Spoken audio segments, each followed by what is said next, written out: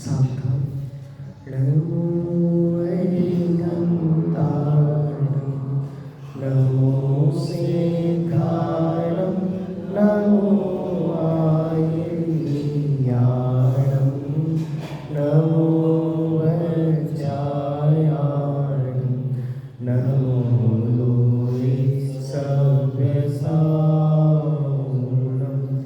जीवमजीवमदम्बं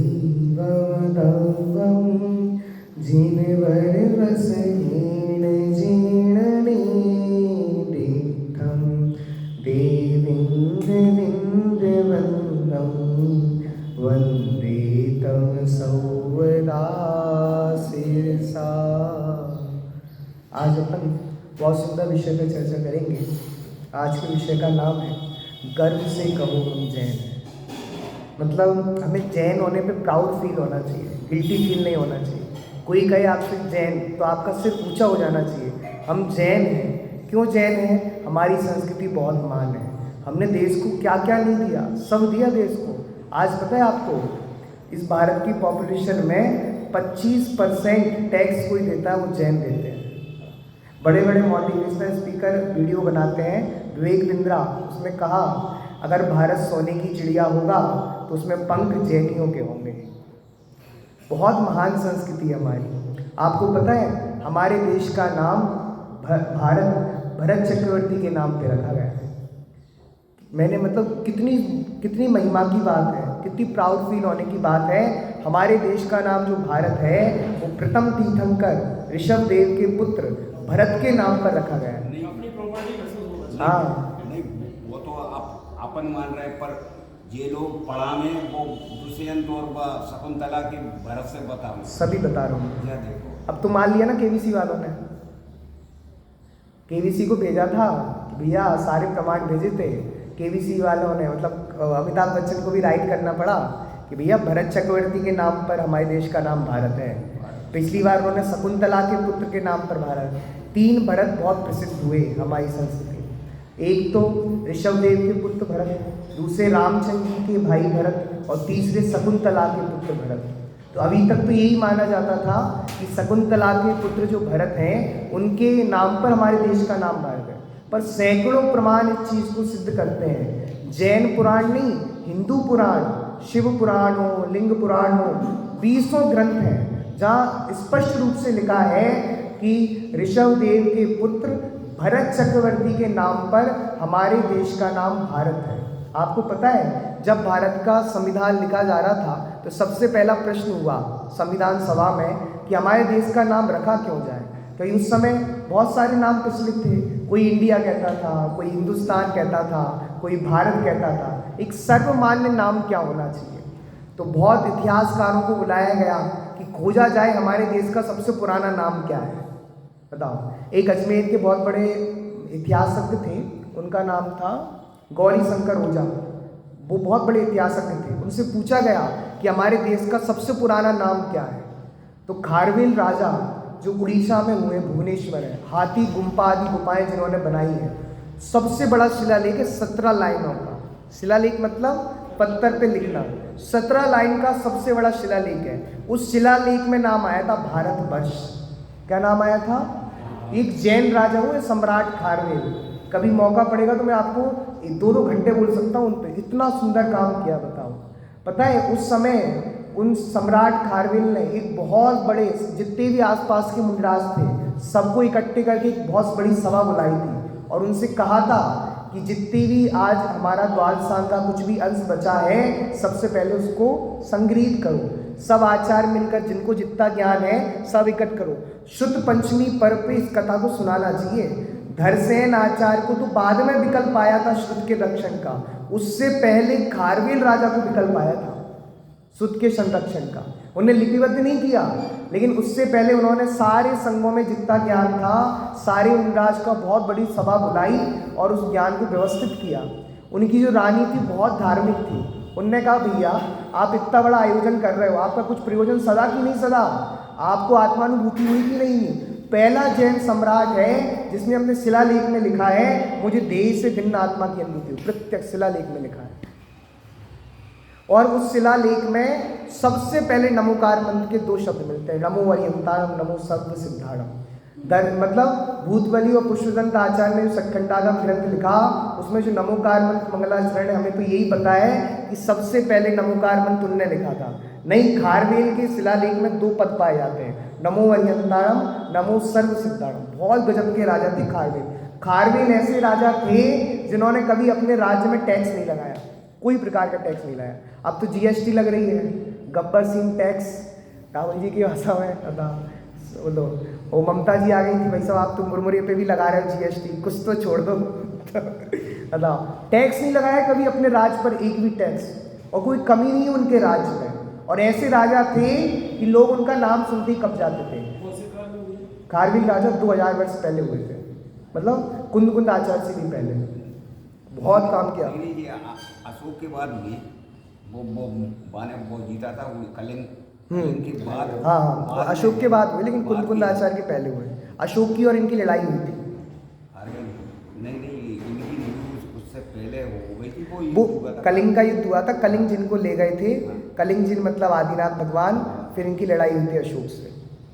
चलिए, बहुत गजब के राजा थे कलिंग का। 17 उनका पूरा जीवन वृत्तांत लिखा है 17 लाइनों में, आप गूगल पे सर्च करोगे उसका अनुवाद दिया है। और पता है वो शिलालेख ब्राह्मी लिपि में लिखा गया था। कौन सी लिपि में? ब्राह्मी लिपि सबसे पुरानी लिपि है। जैन धर्म ऐसा है, नारी शिक्षा की शुरुआत किसी ने की है तो जैन धर्म ने की है। ऋषभ देव थे, उनकी 2 पुत्री थी, ब्राह्मी और सुंदरी। दोनों को अपने यहाँ बिठाकर जो ब्राह्मी थी उन्हें लिपि ज्ञान दिया। लिपि मतलब आकार विकार, जैसे इंग्लिश है वो रोमन लिपि में है, हिंदी है वो देवनागरी लिपि में है, और जो ब्राह्मी लिपि आज भी है। ब्राह्मी लिपि मतलब आकार प्रकार लिखने का, लिपि मतलब क्या होता है? आकार, अक्षर का प्रकार, आकार, उसे कहते हैं लिपि। ब्राह्मी लिपि में लिखा गया था, और ब्राह्मी लिपि सबसे पुरानी लिपि है। सबसे पहले अगर नारी शिक्षा की किसी ने शुरुआत की थी वो जैनों ने की थी, इस पर गर्व होने की बात है। बताओ, आज से 100-150 वर्ष पहले महिलाओं को बाहर पढ़ने नहीं भेजा जाता था, नहीं तुम बाहर पढ़ने नहीं जाओगी, नारी शिक्षा अलाउड नहीं थी। लेकिन आज से 1 कोड़ी सागर पहले ऋषभ देव ने अपनी दोनों पुत्री को, एक को अंक विद्या सिखाई, एक को गणित का ज्ञान कराया था। ब्राह्मी लिपि सबसे पुरानी लिपि, हमें कुछ पता ही नहीं हमारे इतिहास के बारे में। सबसे पुराना संवत कोई सा है तो वीर निर्माण संवत है जी। जितने संवत चलते हैं, ईसवी संवत हो और विक्रम संवत हो, ये इतने पुराने संवत नहीं है। जितना पुराना संवत कौन सा है? वीर संवत। हमें पता ही नहीं हमारे इतिहास के बारे में, गजब की बात। और पता है आज जो विश्व में डेमोक्रेसी है, गणतंत्र है, उसकी व्यवस्था जैनों से थी। क्यों? सबसे पुराना गणराज्य कहा जाता है वैशाली गणराज्य, और वैशाली गणराज्य के राजा थे राजा चेतक, जो महावीर भगवान के नाना जी थे। सबसे पहले पूरे विश्व को डेमोक्रेसी देने वाला कोई है तो जैन धर्म है और जैन राजा है। हमें पता ही नहीं अपनी विरासत का। बताओ, हमें गर्व होना चाहिए। आज सारा विश्व जिस प्रजातंत्र के गीत गाता है, जिस डेमोक्रेसी के गीत गाता है, वो डेमोक्रेसी, प्रजातंत्र देने वाला, जनतंत्र देने वाला कोई दर्शन है तो जैन दर्शन है। बताओ, राजतंत्र तो चलता था पहले, लेकिन आज भारत में डेमोक्रेसी है, जो प्रजातंत्र है, जो लोकतंत्र है, वो विश्व को देने वाला कोई और नहीं, वो जैन दर्शन है, वो जैन राजा है। वहाँ सांसद बनते थे, सांसद।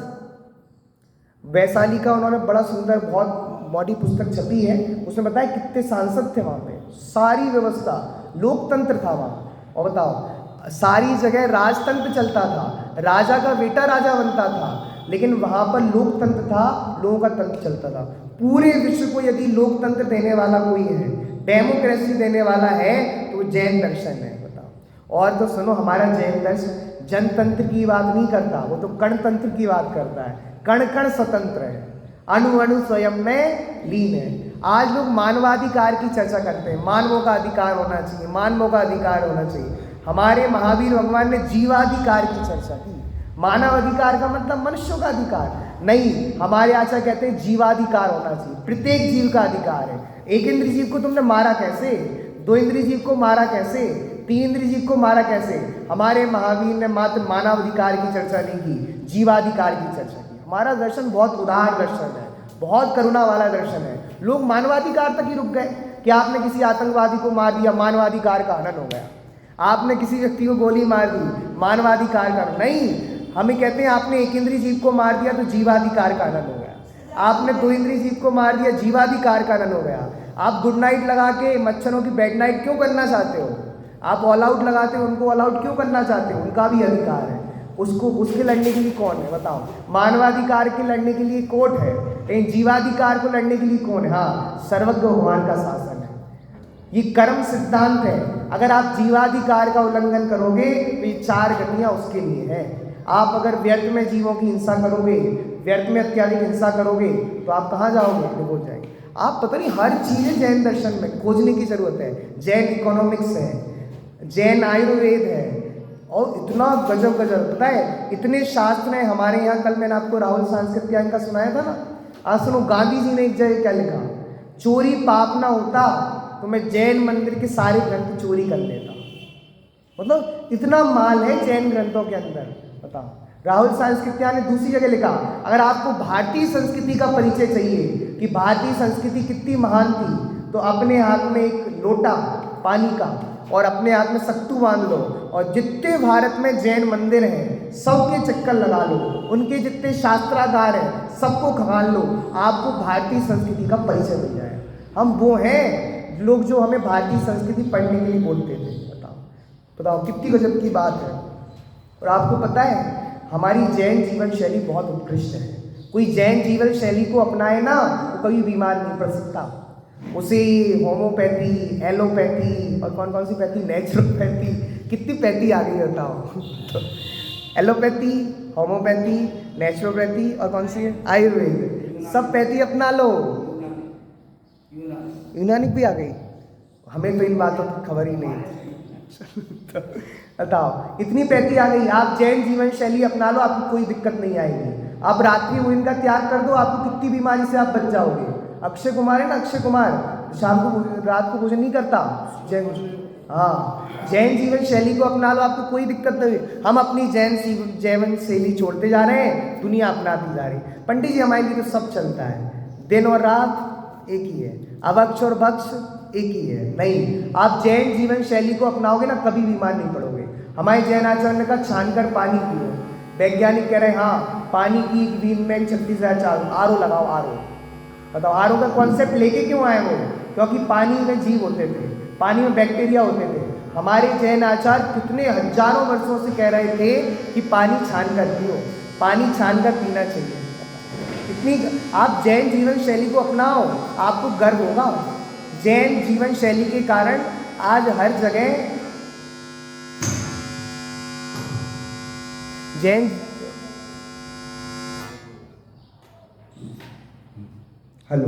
आज जैन जीवन शैली के कारण हर जगह जैन फूड है। आप ट्रेन में जाओगे जैन फूड मिलेगा, आप एरोप्लेन में जाओगे जैन फूड मिलेगा। नहीं हमें तो सब चलता है, चाहे जैन वाला दे दो चाहे अजैन वाला दे दो। बताओ हम बताएं विश्व में जितने भी धर्म हैं किसी के लिए अलग भोजन नहीं, हमारे लिए अलग भोजन है, क्योंकि हमारी संस्कृति बहुत विराट थी, हमारी संस्कृति बहुत महान थी। हम अपनी संस्कृति को भूलते जा रहे हैं। हमें जैनी होने पे गर्व होना चाहिए कि एक एक चीज़, चाहे डेमोक्रेसी है वो हमने दी है, भारत को भारत का नाम दिया है वो हमारे भरत चक्रवर्ती जो हुए थे उनके कारण हुआ है, बहुत गर्व की बात है। और तो सुनो, जो महात्मा गांधी जी थे ना जिन्होंने देश आज़ाद कराया था, उनके जो गुरु थे श्रीमद रायचंद जी, वो जैन थे।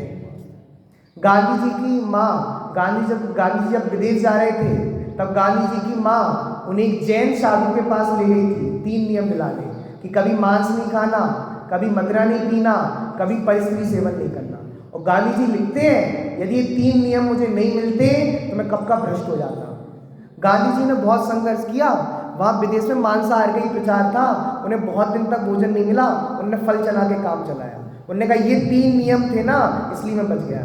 नियम बंधन नहीं है, नियम सुरक्षा है। हमें लगता है नियम में हम बंध जाएंगे, नहीं, नियम सुरक्षा है। और अच्छी बात कहूँ, नियम तो बंकर है, बंकर। युद्ध होता है ना, युद्ध तो कहाँ छुप जाते हैं? बंकर में। यदि आपको कर्मों के आश्रम से बचना है, बंकर में छुप जाओ।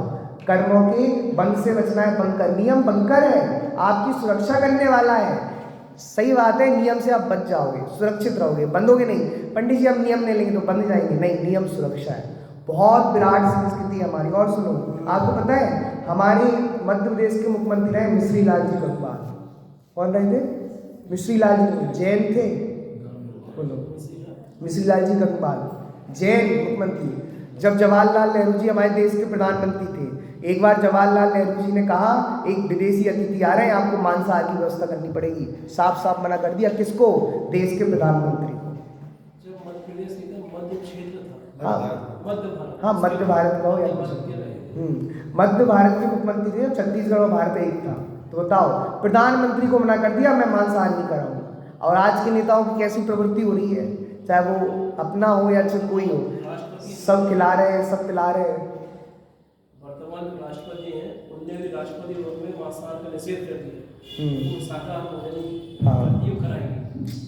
बताओ, वो तो ब्रह्म कुमारियों के साथ रहेंगे ना, थोड़ी टेंशन में से नहीं तो ब्रह्म कुमारी के पास चलेंगे। इसलिए बताओ कितनी गर्व की बात है। आप मना कर सकते हो? आप कहीं मतलब कोई व्यापारी हो और वो कहे मुझे ये खाना है आलू, आप में हिम्मत मना करने की? नहीं है। प्रदेश के प्रधानमंत्री को मना कर दिया था एक मुख्यमंत्री, नहीं मैं मांसाहार नहीं करा सकता। बहुत विराट संस्कृति है हमारी, संस्कृति बच के आई है, आपको पता नहीं कैसे कैसे बच के आई है। मुस्लिम शासक ने हमारे देश पर आक्रमण कर दिया था, तब जैनियों से कहते थे रात को भोजन बनाओ। जैनियों ने तब भी अपना नियम नहीं तोड़ा, वो रात को उनको मजबूरी में अग्नि जलानी पड़ती थी धुआं दिखाने के लिए। उनको जो कहते कढ़ाई थी उसको बजाना पड़ता था कि रात को खाना बन रहा है इनके यहाँ, बाहर धुआं निकल के जाता था, लेकिन जैनियों ने तब भी रात्रि भोजन नहीं किया। आपको पता नहीं हमारी संस्कृति कितनी महान है। हमारी संस्कृति की रक्षा के लिए किन किन महापुरुषों ने अपनी जान कुर्बान कर दी। टोडामल जी हाथी के नीचे जाके कुछ निवास लाए गए, निकलंक देव को मारा गया, किसकी रक्षा के लिए? हमारी भारतीय संस्कृति, हमारी जैन संस्कृति की रक्षा के लिए। बताओ, जैन संस्कृति बहुत विराट है, हमें पता ही नहीं है। बताओ, शिकागो में धर्म संसद हुई थी ना, विवेकानंद जी गए थे, तो विवेकानंद जी का नाम तो हमने सुना है कि शिकागो की धर्म संसद में विवेकानंद जी ने बहुत गजब का भाषण दिया था। वहीं वीरचंद गांधी भी गए थे जो जैन थे। वीरचंद गांधी शिकागो में धर्म संसद थी 1893 में, वो वीरचंद गांधी जी गए थे। वह इनका इतना ओजस्वी भाषण हुआ था कि अमेरिका के अखबारों में छपा था कि एक जैन युवा विद्वान का जैन जीवन शैली पर इतना उत्कृष्ट भाषण, अनेकों लोग उनको सुनकर परिवर्तित हो गए थे। एक तो अमेरिका की जो महिलाएं थी इतनी प्रभावित हुई, उन्होंने मांसाहार का त्याग कर दिया। उन्होंने नियम ले लिया, बहुत बड़े बड़े नियम ले लिए, जैन धर्म का प्रचार प्रसार करने के लिए नियम ले लिए। बहुत दिन अमेरिका के लोग इतने प्रसन्न हुए, उनको बहुत दिन तक वहाँ रहा, बहुत दिन तक उनके मेडल वगैरह वहाँ मतलब मेडल से वगैरह सम्मान किया गया। आज ही वीरचंद गांधी की वहाँ प्रतिमा बनी है। बताओ, हमारे बड़े बड़े विद्वान हुए, हमारे बड़े बड़े मतलब मुद्राज हुए, उन्होंने बहुत प्रचार किया। आपको पता है जो अलेक्जेंडर था, सिकंदर था, वो अपने साथ कल्याण मुनि को ले गया था। किसको? कल्याण मुनि को। सिकंदर के गुरु ने कहा था, सिकंदर जब भारत जीतने जा रहा था कि भारत से कोई ऐसी चीज लाना, गुरु से कहा कि मैं आपको भारत से कौन सी चीज पसंद है, कौन सा हीरा लेके आऊं, कौन सा सोना लेके आऊं? कुछ नहीं, तुम भारत जाना, एक दिगंबर मुनि को लेके आना। सिकंदर गया और सिकंदर जब भारत जीत के जा रहा था तब उसको याद आया कि मेरे गुरुजी ने कहा था भारत से एक मुंडराज को लाना है, दिगंबर मुंडराज। सबसे पहले एक मुंडराज के पास उनके सैनिक को भेजा, मैंने उसने सुनाया था ना, सैनिक को भेजा गया कि भैया हमारे राजा साहब ने आपको बुलाया है। किसने बुलाया है? हमारे राजा ने बुलाया है। तो पता है क्या जवाब दिया था? होगा सिकंदर कोई राजा, में महाराजा है, हम किसी को बुलाने पर नहीं जाते। तो उन्होंने मना कर दिया था आचार्य ने। फिर दोबारा सिकंदर को जाना पड़ा था उनके सामने, और सिकंदर ने कहा, बहुत रिक्वेस्ट की, बहुत की कि हमारे यहाँ धर्म का प्रभाव नहीं है, धर्म की प्रभावना करनी है। तो जो आचार्य थे उनका नाम मैं भूल रहा हूँ, उनने उनके शिष्य सिकंदर को वहाँ भेजा था। और सिकंदर मतलब किसको भेजा था? कल्याण मुनि को वहाँ भेजा था। और कल्याण मुनि ने वहाँ जाकर बहुत प्रचार किया। आज भी कल्याण मुनि की चरण पादुका है वहाँ पर। वो कहाँ गए थे? एथिक्स कॉन्सल्टेशन, यूनान गए थे। आज भी यूनान में उनकी चरण पादुका है। उनने वहाँ रहकर जैन धर्म का बहुत प्रचार किया था। हमें पता नहीं हमारी संस्कृति। आपको पता है हिंदी का सबसे पहला उपन्यास किसने लिखा था? पंडित बनारसी दास जी ने, अर्धकथानक। बताओ, हिंदी में किसी ने उपन्यास नहीं लिखा सर्वपहले। अगर हिंदी का सबसे पहले उपन्यास किसी ने लिखा है तो पंडित बनारसी दास जी ने लिखा है, और सबसे ईमानदार उपन्यास लिखा है। अपनी मतलब जीवन गाथा बड़ी, बताओ तो इसमें हिम्मत नहीं है, अपनी बुराइयां भी बताई और अच्छाइयां भी बताई। बताया कि मैं समय सार पढ़ के भ्रष्ट भी हो गया था और गुलिस्तानों का स्वरूप पढ़ के मैं पुनः मतलब सही हो गया था। हर चीज़ का वर्णन किया। मुझे कचौड़ी भी पसंद थी और जलेबी पसंद थी, ये भी वर्णन किया था। ऐसी परिस्थिति आ गई थी उनकी बनारसी दास जी की, उन्हें कचौड़ी खाना बहुत पसंद था और जिसके यहाँ वो कचौड़ी खाते थे इतनी आर्थिक स्थिति खराब हो गई थी, पैसा नहीं बचाता, है ना। अगर कचौड़ी वाले कहा कि खा लो भैया, पसंद थी तो उनको खिला, है ना। बहुत बहुत उत्कृष्ट संस्कृति है। और सुनो, स्वतंत्रता सेनानी, आपको पता है एक रिकॉर्ड है कि जैनों ने स्वतंत्रता संग्राम में कितना योगदान दिया था। ब्रिटिश पार्लियामेंट में भारत में स्वतंत्रता आंदोलन में कुछ 37,32,780 लोग ने शहीद हुए थे, भाग लिया था, पूरे भारत के लोग। तो वैसे भी करोड़ों में संख्या है, लेकिन जो ब्रिटिश पार्लियामेंट में जो दस्तावेज बना उसमें है। अब उसमें का कितने जैन थे, उसमें जैन थे 4,800 जैन थे, बताओ। और पता है इतनी विपरीत परिस्थिति में कहा, मैं आपको नाम सुनाऊं, अमरचंद जी भाटिया, झांसी के रहने वाले थे, स्वतंत्रता सेनानी थे। बताओ, एक जो रानी थी ना, रानी लक्ष्मीबाई, उनकी उन्होंने सहायता कर दी थी। वो ग्वालियर स्टेट के जो सिंधिया जी थे उनके खजांची थे, सारे खजाने का काम संभालते थे। तो रानी लक्ष्मीबाई के सैनिक जो बहुत दिन से भूखे थे, उनके लिए कोई व्यवस्था नहीं थी, बहुत दिन से सैलरी नहीं मिली थी, ये अमरचंद जी भाटिया ने उनको सैलरी दे दी, खजांची थे। अंग्रेजों को जब ये बात पता चली, अंग्रेजों ने फांसी पे चढ़ा दिया, बताओ। और फांसी पे चढ़ाया, इतने अमर श्रद्धानी थे, मतलब सामायिक करते करते फांसी पे चढ़े थे। हाँ, पहले चाबुक से मारा गया कि माफ़ी मांगो माफ़ी मांगो, उन्होंने माफ़ी नहीं मांगी। ऐसी जिंदगी काट के 2 दिन और उनकी अंतिम इच्छा पूछी गई कि भैया आपकी अंतिम इच्छा क्या है, कि मैं सामायिक करते हुए वो करूँ। अंग्रेजों ने बहुत जैनियों को फांसी दी। और बताओ इतने सारे जैनी हुए, बताओ उन्होंने एक जैनी को जेल में डाल दिया, स्वतंत्रता सेनानी को। उनका नियम था, मैं आलू प्याज कुछ नहीं खाऊंगा, सारी जितनी भी चीज़ थी नहीं खाऊंगा। वो 6 महीने तक रोटी नमक में पानी डाल के उससे खाते थे। कितना संघर्ष किया, बताओ।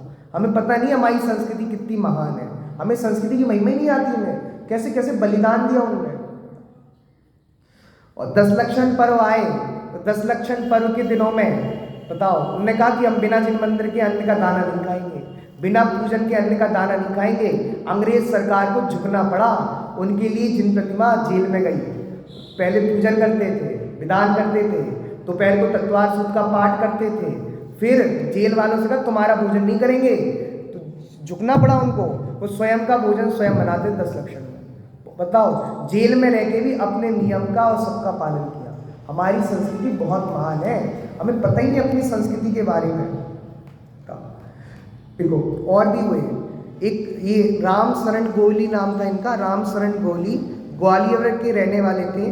रात्रि भोजन का त्याग था, प्याज का त्याग था। 6 महीने तक जेल में नमक में पानी डालकर रोटी से स्पर्श करके खाते थे। सरकार फिर झुकी, फिर अलग से व्यवस्था की गई। बताओ, एक थे रामचंद्र नगाड़ा, खंडवा के रहने वाले थे। जेल में पर्यूषण पर्व आया, उन्होंने कहा हम जैन हैं, इन दिनों पूजन प्रक्षाल आहार स्वयं बना के खाएंगे, व्रत के पालन में एक दिन अडिग रहे। और सुनो, एक अजमेर के अर्जुन लाल सेठी थे, बेलूर की जेल में थे। नियम था कि बिना मंदिर के अन्न नहीं खाऊंगा, 56 दिन तक भूखे रहे, अन्न का दान नहीं खाया 56 दिन तक, 2 महीने तक अन्न का दान नहीं खाया। सरकार, ब्रिटिश सरकार हिल गई कि व्यक्ति जेल में मर जाएगा तो हमारा नाम खराब हो जाएगा।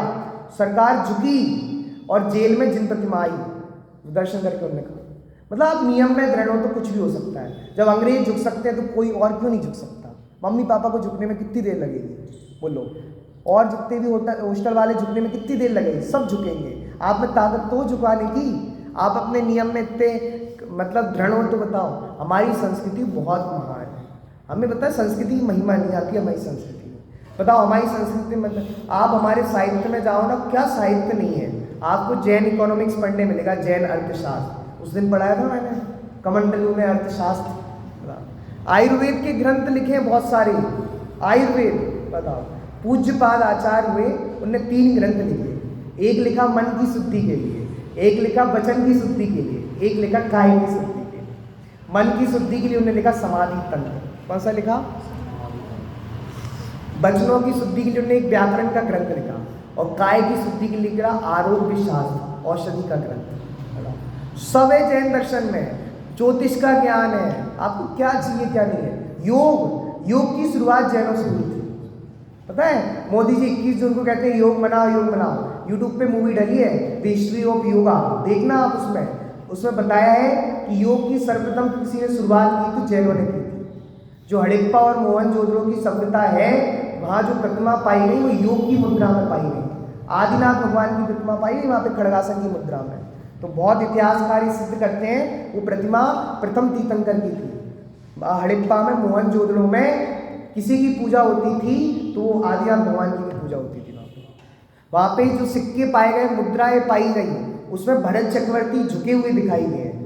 वहाँ पे जो लिपि पाई गई, उस लिपि का संबंध ब्राह्मी लिपि से बहुत ज़्यादा है। सरकार उस लिपि की खोज नहीं करने देती। अब पाकिस्तान में चली गई वो सभ्यता, तो ज़्यादा खोज के स्थान नहीं है वहाँ पे, तो सरकार उस लिपि को मिलाने नहीं देती। उसका ब्राह्मी लिपि से बड़ा घनिष्ठतम संबंध है। आचार्य विद्यानंद जी थे ना, दिल्ली वाले श्वेत पिचाचार्य, उनने इस पर काम किया। तो उनका कहना था कि कोई ऐसा इतिहासकार तैयार हो कि इस मोहनजोदड़ो पे रिसर्च करे, कि मोहनजोदड़ो की सभ्यता पे। मोहनजोदड़ो का अर्थ होता है वो मुर्दे का टीला ना, हाँ बताओ। मुर्दों का टीला था, पूरी सभ्यता थी, सबसे पुरानी सभ्यता थी। अन्य लोग कहते हैं भारत के लोग असभ्य थे, अनसिविलाइज थे। नहीं, हम बहुत सिविलाइजेशन वाले थे, सभ्यता की शुरुआत हमसे हुई थी। मोहनजोदड़ो इतिहास की सबसे पुरानी सभ्यता है और उस इतिहास की सबसे पुरानी सभ्यता में आदिनाथ भगवान की पूजा होती थी। योग की शुरुआत जैनों ने की। ये कायोत्सर्ग योग की मुद्रा है, पद्मासन योग की मुद्रा है। हमारे भगवान योगीश्वर है। बताओ, पद्मासन में खड़े होना योग की मुद्रा है, पद्मासन में बैठना योग की मुद्रा है, खड़गासन में खड़े होना योग की मुद्रा है। योग की शुरुआत जैनों से हुई है। हमें पता ही नहीं है हमने विश्व को क्या दिया। हम गिल्टी फील करते हैं ये जैन है, जैन है। बताओ, नहीं, आपको प्राउड फील होना चाहिए। ये गर्व की बात है कि हम जैन हैं। बताओ, हम जैन धर्म को पता नहीं क्यों भूलते जा रहे हैं। हमें जैन आचार्य की बात इतनी सुंदर सुंदर लिखी, इतने ग्रंथ बढ़िया बढ़िया लिखे, हमें लगता ही नहीं इसमें जीवन है। बताओ, कुछ समय तो निकाले हैं। साहब बहुत गर्म हावी हुआ तो बीच में बहुत भारी हावी हो गया था। अशोक ने इतनी जोर से बताओ उठाए। और सुनो, पता है ऐसी ऐसी विपरीत परिस्थिति आई कि बाहर के जो लोग थे ना, अन्य धर्म वाले, उनने कहा अस्ति न ताड़ोपि न गच्छेत जैन मंदिरम, हाथी से कुचल जाना परंतु जैन मंदिर नहीं जाना। क्यों? आज जैनों की बात सुनोगे तो फिर उनकी हो जाओगे। एक वो चोर की कहानी सुनी होगी ना आप अपने बचपन में, उसके पिताजी ने कहा था जैन मंदिर से निकलो तो कान बंद करके निकलना। अब गलती से ठोकर लग गई, गिर गया वो। अब जैसे ही वहाँ पे प्रवचन चल रहा था कि भैया देवों की परछाई नहीं होती, इसकी परछाई नहीं होती, देवों की परछाई नहीं होती। अब क्या हुआ, चोरी करता था तो वेश्या से उसको बहुत प्रेम था। तो एक दिन वेश्या ने मतलब देव का रूप धारण कर लिया और उसके घर पहुँच गई कि तुम्हारी इतनी संपत्ति मुझे सब पता है। वो उसकी परछाई पड़ रही थी, उसने सुना कि मैंने जैन मंदिर में सुना था देवों की परछाई नहीं होती। उसका भेद खुल गया वेश्या का। बताओ, और बताओ, उसने कहा एक बात मैंने भगवान की सुनी, मेरा इतना पैसा बच गया। यदि मैं जिनवाणी की अनेक बातें सुनूंगा, बहुत सारी बातें सुनूंगा, मुझे कितना लाभ होगा। बहुत गजब की संस्कृति जैन संस्कृति। क्या नहीं दिया हमने जैन संस्कृति को। संविधान की पुस्तक उठा के देखना, संविधान की प्रति में महावीर भगवान का चित्र बना हुआ है। उस चित्र के नीचे लिखा हुआ है ये वही महावीर भगवान है जिनकी अहिंसा का सहारा लेकर गांधी जी ने देश आजाद किया। आप कहाँ देखना चाहते हो? जैन संविधान में जैन संविधान में जैनत्व के दर्शन होंगे। आप भारतीय ध्वज में देखो, वहाँ जैनत्व के दर्शन होंगे। जो बीच में गोला है ना, उसमें 24 तिल्लियाँ हैं, वो 24 तीर्थंकरों की निशानी है। वो सम्राट अशोक के अशोक चक्र से लिया है। सम्राट अशोक ने जो अशोक चक्र बनाया था उसमें पता है, उसमें शेर का चिन्ह है, वो भगवान महावीर का प्रतीक है। उसमें बैल का चिन्ह है, वो ऋषभदेव का, भगवान ऋषभदेव का प्रतीक है। क्योंकि सम्राट अशोक जैन धर्म से बहुत संबंधित रहे। यद्यपि बौद्ध धर्म का प्रभाव रहा, कुछ समय तक वो बौद्ध भी रहे। उनने बौद्ध धर्म का कितना प्रचार प्रसार किया बताओ। आज बौद्ध धर्म थर्ड मतलब तीसरा सबसे बड़ा धर्म है शायद से। थर्ड है ना, थर्ड सबसे पहले ईसाई है, दूसरा मुस्लिम है, तीसरा ही है, तीसरा हिंदू है। नहीं बौद्ध धर्म है थर्ड। आप जाओ चाइना जाओ, थाईलैंड जाओ, जापान जाओ, ये यहाँ के भारत से तो सफाई हुई, हाँ, भारत से तो कम। लेकिन वो नहीं, भारत में भी तो बहुत भारी है। हाँ, एक समय मैंने उस समय बोला था ना कि भले ही कहा जाता है कि सारनाथ में बौद्ध का पहला उपदेश हुआ था, पर कोई भी इस बात का साक्ष्य नहीं है, शिलालेख नहीं है जिससे सिद्ध हो कि सारनाथ में बौद्ध का उपदेश हुआ था। और सारनाथ में वो अशोक चक्र बना हुआ है, वो सम्राट अशोक ने बनाया था, वो जैन धर्म की निशानी है। यद्यपि 24 चीज़ें सब जगह पाई जाती हैं, लेकिन वह सम्राट अशोक ने, लेख है पूरा, वो चैत्य चेतना में इस बार छप के भी आया था, विराट संपादन करते हैं ना, उसमें छप के आया था। हम आज़ादी का अमृत महोत्सव बना रहे हैं, घर घर तिरंगा लगा रहे हैं, तो उस तिरंगे में बना हुआ गोला चित्र में परिचय उसके बारे में कुछ, वो हमारी भारतीय संस्कृति की, मतलब हमारी जैन संस्कृति की देन है। तो हमें गर्व होना चाहिए, हमारे पूर्वजों ने हमें क्या नहीं दिया। आपको जैन आचार दिया, जैन विचार दिया। आपको पता है जैनी शब्द में 2 मात्राएं हैं। राहुल भैया कितनी मात्राएं हैं? 2 मात्राओं का मतलब पता है? एक होता है जन और एक होता है जैन। जन और जैन में क्या अंतर होता है? जन और जैन में इतना अंतर है कि ज्ञान जैनियों के आचार, एक मात्रा आचार को बताती है और एक मात्रा विचार। आचार का मतलब वो नहीं कैरी का अचार, नींबू का अचार, किस किस का डालते हो आप? आचरण। वो सामान्य जन और जैन 2 शब्द लिखो आप, जन और जैन। कितनी मात्राओं का अंतर है? 2 मात्राओं का अंतर है। वह 2 मात्रा, एक बताती आचार को, एक बताती विचार। हमारी पूर्वजों की बड़ी विरासत है। अगर आप आलू नहीं खाओगे तो बोलेंगे आप जैन साहब हो। आप दिन में भोजन करोगे, रात में भोजन नहीं करोगे तो सही निकलेगा आप जैन साहब हो। आप प्रतिदिन मंदिर जाओगे तो लोग कहेंगे जैन साहब हो। क्यों? हमारी पूर्वजों ने हमारी ये छवि बना के रखी है। पहले जैनी पता है कैसे होता था? श्रीमद रायचंद्र जी की मूवी देखी होगी ना आपने, उसमें पूछा गया कि एक जैनी की प्रामाणिकता कैसी होनी चाहिए। उन्होंने कहा सुप्रीम कोर्ट के जज जैसी प्रामाणिकता होनी चाहिए। बताओ, पहले जैनी की इतनी प्रामाणिकता थी, उसे गीता पे हाथ नहीं रखना पड़ता था, गवाही मान लेते अंग्रेज, गवाही स्वतः मान ली जाती थी। 100% जो बोल दिया वाले।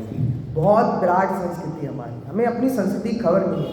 इसलिए कभी भी आपको गिल्टी फील नहीं होना चाहिए, आपको प्राउड फील होना चाहिए, क्योंकि हम जैन हैं। जैन किसे कहते हैं? जो जीतता है, हार नहीं मानता। जैन शब्द जिन शब्द से बना है, और जिन शब्द किसको बताता है? जीतते हैं। आप हर परिस्थिति में हार मत मानना, विपरीत परिस्थिति कितनी भी आएगी, जैनी नाम ही उसका है जो जीतता है। जिन्होंने इंद्रियों को जीत लिया, जिन्होंने कर्मों को जीत लिया, वो जिन बन गए, और जो जिनको मानता है वो जैन बन गए। मुझे बड़ा दुख होता है लोगों को जैन शब्द का अर्थ नहीं पता। नाम के पीछे जैन शब्द तो लगाए, पर वो जैन शब्द में 2 मात्राएं किस चीज़ की है नहीं पता।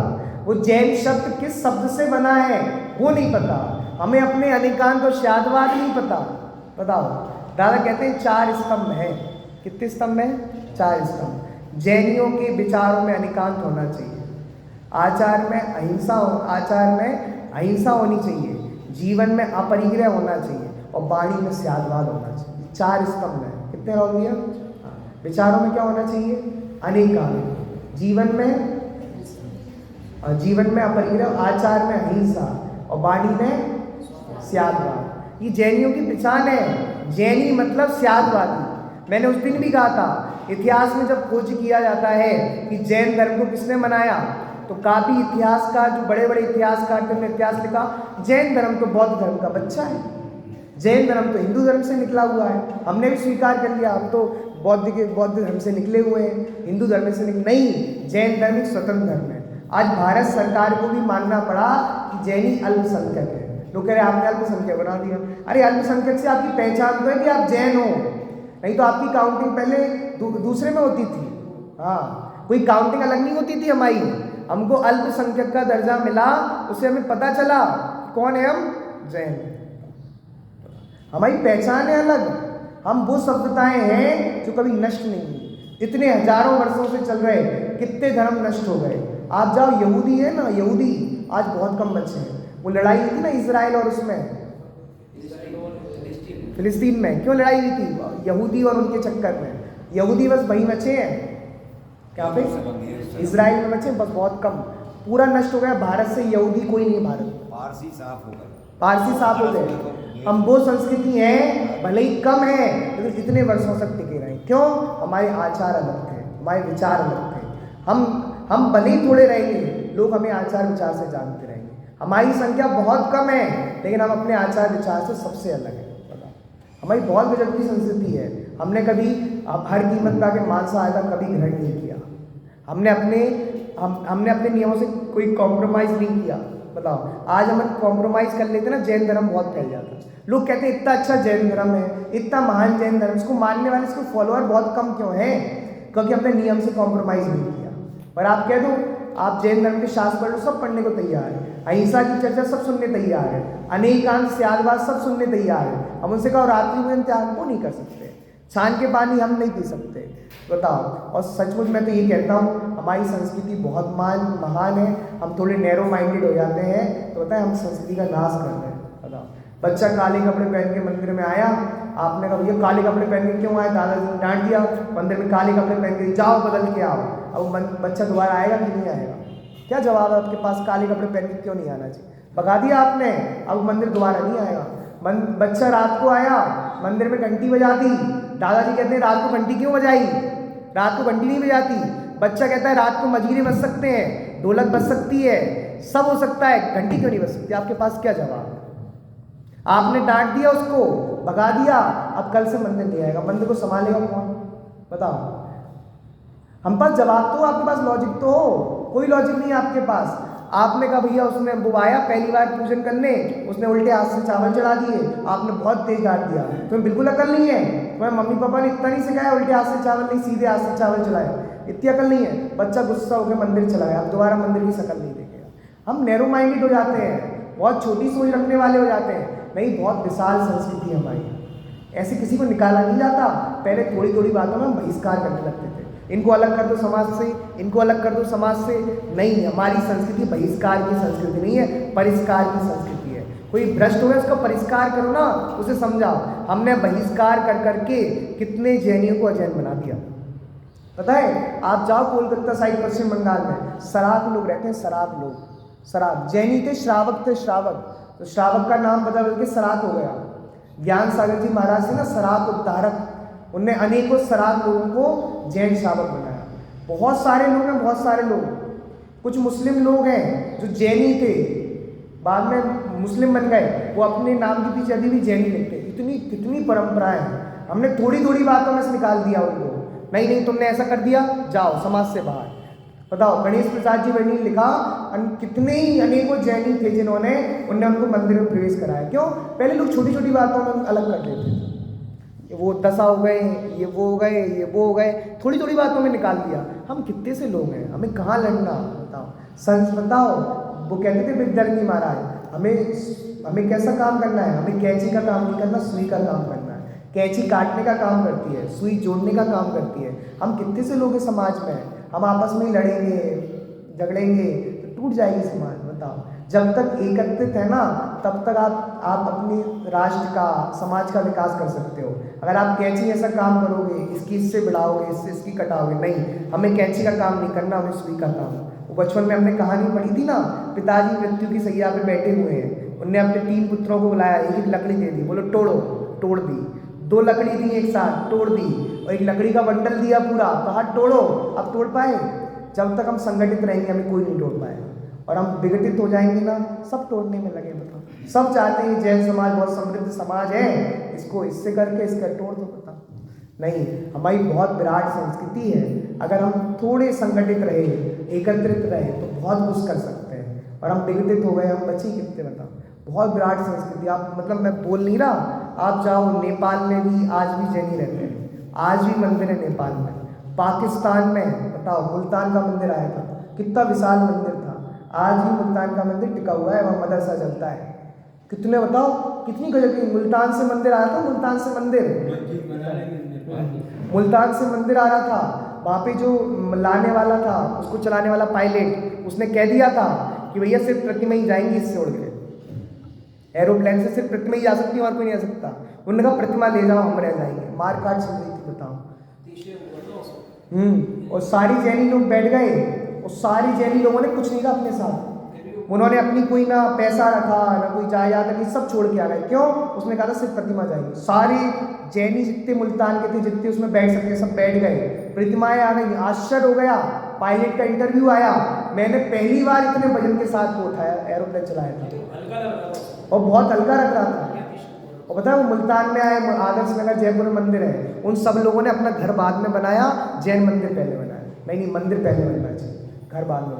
बहुत विराट संस्कृति आपकी, बताओ हमें पहचान नहीं है। एक बहुत बड़ा चैत्यालय है कंबोडिया में, जिसको बौद्ध मंदिर मान लिया गया है। कंबोडिया में नंदीश्वर द्वीप की पूरी रचना है। लोगों को पता नहीं है कि बौद्ध प्रतिमा और जैन प्रतिमा में अंतर क्या होता है।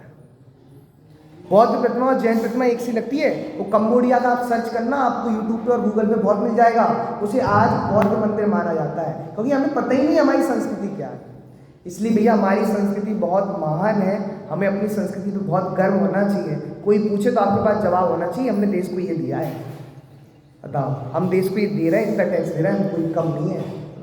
ऐसी महान संस्कृति, इसका हमें एहसास रहे, कोई संस्कृति बची है, इसको बनाए रखें। ऐसी मंगलवार सहजानंदी शोध स्वरूपी अविनाशी।